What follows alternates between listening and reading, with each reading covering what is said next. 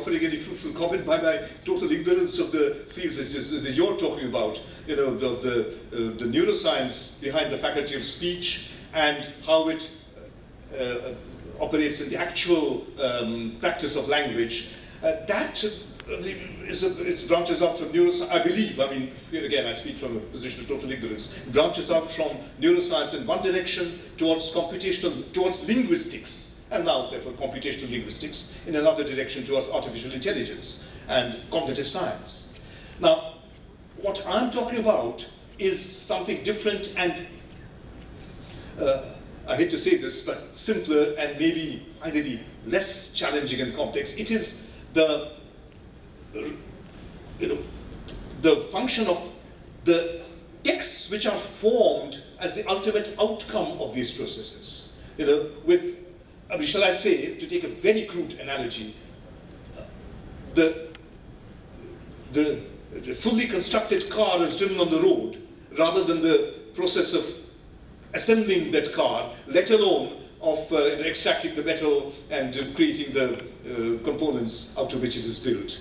So, of course, these are ultimately related, but at the same time, the relationship is so far-flung and so complex that I think particular, scholars in particular fields, it's certainly the field that I'm talking about, can only engage with a small part of it, I'm afraid.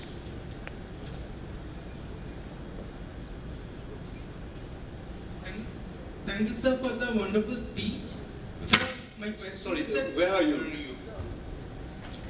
Stand up. Over there, okay, right, yes. So, thank you for the wonderful speech.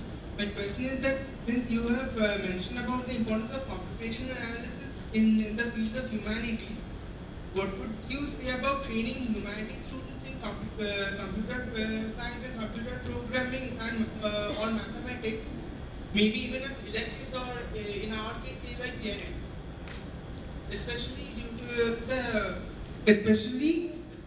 due to the contributions it can make in cross-disciplinary fields such as artificial intelligence. Look, I mean, if humanities students, again, from a position of almost complete ignorance, if a humanities student wants to engage with artificial intelligence, he'll have to undergo a very great deal of special training. But as far as humanities, the need for humanities students to acquire some training in the principles of computer use, not just word processing or internet browsing, but the principles of computation, computational analysis, should I say the philosophy of computational analysis, that I think is very necessary. Now, how it is, whether as a subsidiary course or through special programs or whatever, that must be left to universities or to the other sort of training agencies and programs. But something of this sort is necessary. And just add a few sentences about what seems to be a crying need, which is to give some rudimentary training in mathematics to all students of the humanities. This is something which we have never had. I mean, once upon a time, long, long ago, students even maybe the pure sciences, certainly of engineering, in places like Jadavpur and what was then the Bengal Engineering College at Shibpur, the students of engineering would be given some training in humanities too, within course, humanize them, so they didn't simply grow up learning how to hammer pieces of metal, as it were. That was the crude and derogatory ideal of engineering then current, of the applied sciences then current. Now, of course, the wheel has turned. Now it's the engineer who looks down on the humanities scholar as somebody who sort of failed to pass the joint entrance. Anyway, but it meant that when I went to school more decades ago than I'm going to confess, we had to decide which stream we wanted to study in class 8. I've never learned any mathematics in my life to speak of beyond simple arithmetic and geometry. And I mean, I got through life more or less without too many problems. But now, see, engaging with computers, I'm beginning to feel, this crucial lack in my education, I should say. And I think practically everybody sitting here who's been trained in the humanities suffers from this lack.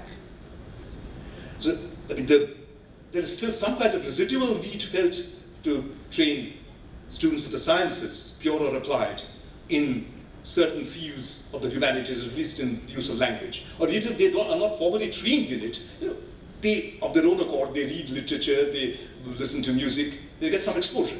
But I think there are very few students of humanities who, out of pleasure, in leisurely moments, cultivate the mathematics. This is something crucial.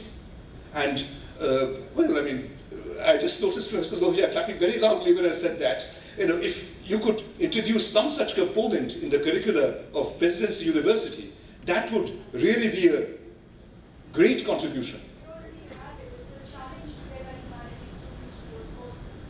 Well, if you do not want to also humanities students, if at the age of 66 you do not want to lament your lack of training in the math, and I assure you, by the time you people reach 66, if global warming allows you to do so, which is a very real if, then it's not something to laugh about, it's a very real risk, I'm sorry to say, then you will find that the need for humanities, for applicative humanities, of mathematics in your work, probably grows much greater than it is today. Okay. Professor Chaudhuri, on behalf of the Presidency University, we all express our gratitude to you for this wonderful talk and for being with us today. We are going to honor you.